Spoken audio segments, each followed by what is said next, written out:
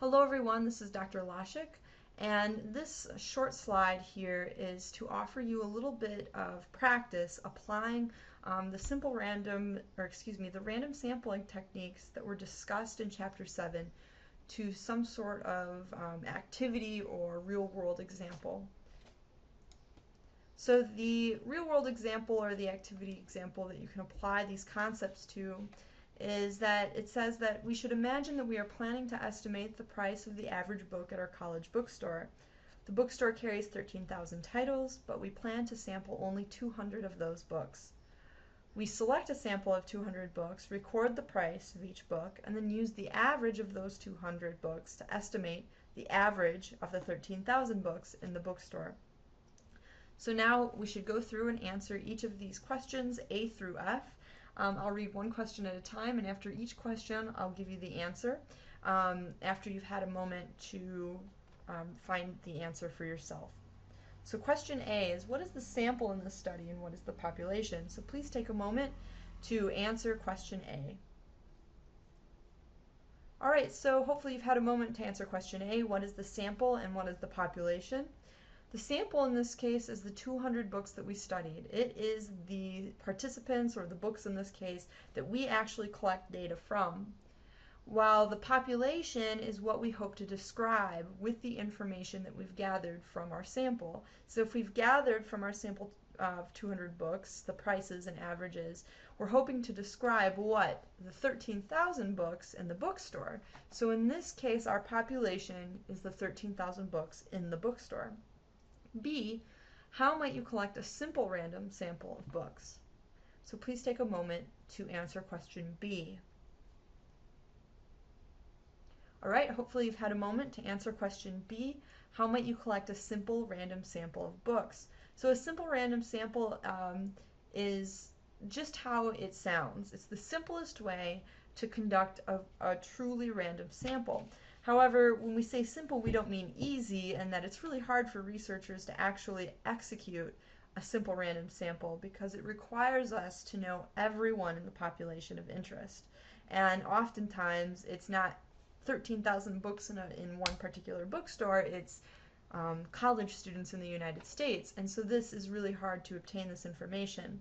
So to do a simple random sample, we are quite simply just assigning numbers to everyone in the population, and then using a random number generator, identifying however many random numbers between 1 and the population max, so in this case 13,000, that we would like in our sample. So maybe we would find 200 if we wanted a sample of 200, 200 random numbers between 1 and 13,000. And then once we got those 200 numbers, we would identify the participants or the books that correspond to those 200 numbers, and that would be our sample.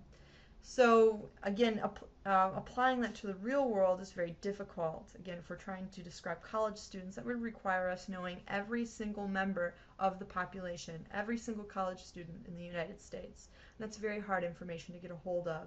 And then to be able to contact all of the people that we've randomly selected and have them participate in our study is also very difficult. There's people who opt out, people who are hard to contact, etc. So in this case, in our bookstore example, we would use a random number generator. We would find 200 random numbers between 1 and 13,000. If one of our numbers, for instance, was number 275, we would count out to the 275th book in the store, and that would be one of the participants in our sample, or one of the books in our sample. All right, question C, how might you collect a stratified random sample? So please take a moment to answer this question. All right, hopefully you've had a moment to answer question C, how might you collect a stratified random sample? You would collect a stratified random sample if you wanted to later compare prices or compare different groups of the participants together for whatever theoretical reason.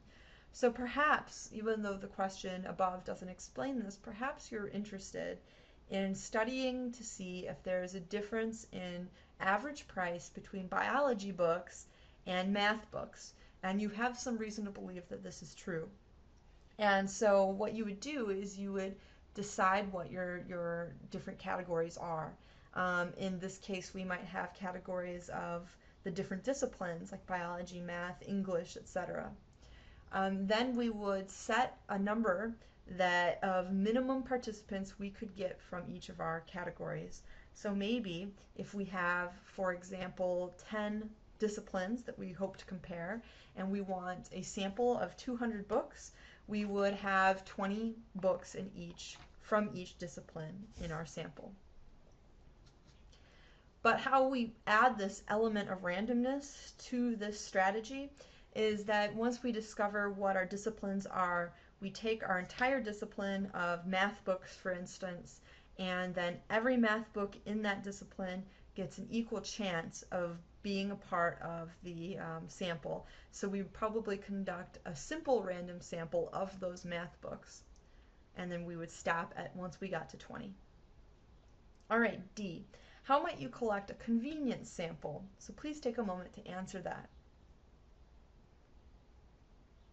All right, so hopefully you've had a moment and you've been able to answer question D, which is how might you collect a convenience sample? So remember, convenience is a biased sampling technique. It is not a random sampling technique, and doing this can cause problems when interpreting our research. Basically, what it means is that we've selected the easiest participants to contact, or in this case, the easiest books to collect. So perhaps if we were in a bookstore doing this research and we wanted to do, or we ended up doing a convenience sample, we would select whatever books were first and foremost within arm's reach. And as we probably know from bookstores, that usually bookstores put the most expensive books in the very front of the store because they're trying to sell the most expensive books, and they want people to see those as soon as they walk in. So you're like, okay, well, that's a great example for how we could have a biased convenience sample in a bookstore, but how does that apply to the real world? Well, very similarly to the bookstore, people tend to congregate and for reasons are certain characteristics of themselves. So perhaps a group of college students attend Indiana University East for very specific reasons, and they are very different than the rest of the population that we hope to describe. And so if we only conveniently sampled from IU East students, they might be very different if we hope to then describe college students across the nation. All right, question E. How might you collect a systematic random sample? Please take a moment to answer that. All right, hopefully you've had a chance to answer question E. How might you collect a systematic random sample? Systematic random sample means that we are randomly choosing any numbers that we want. Maybe we choose the numbers 7 and 4, for example. And what we would do then is we would walk through our entire population and select every 7th and 4th book that we come across. Or maybe a better example is we choose the number 25 and we walk through the store and we select every 25th book that we come across. This would be a systematic random sample. It's random because we have no clue how the population books are arranged in the store before we select that initial number. And then when we arrive there, without looking at how the store is arranged, we just start selecting every 25th book until we get 200 books. All right, question F. How might you collect a cluster sample of 200 books? Please take a moment to answer that question. All right, so hopefully you've had a moment to answer question F. How might you collect a cluster sample of 200 books? So cluster sampling is finding groups. So maybe the books or the participants that we hope to study naturally are clustered in certain pods of just groups. And what we can do then is we can find those groups, we can take them and then randomly select specific groups out of that population and then study everyone within those groups. So perhaps it's just easiest in our book example here to look at certain shelves.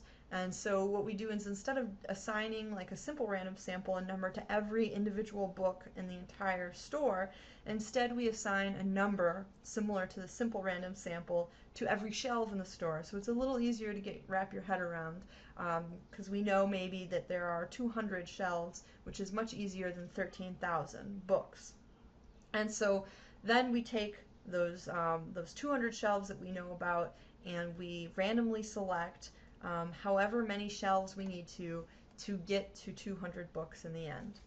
And then we study all of the books that happen to be on those randomly selected shelves. And so the random element in this case is that we have no idea, based on the layout of the store, which shelf we're going to take. So it could be that we get a whole shelf out of the psychology section and a whole shelf out of the biology section. So there's still that element of randomness that makes it so that it's not a biased sampling technique. And then once we get those shelves, we study every book within those shelves. This is very used frequently, especially when describing big groups of people. For instance, describing college students in the United States, well, they kind of cluster themselves naturally at the universities in which they attend.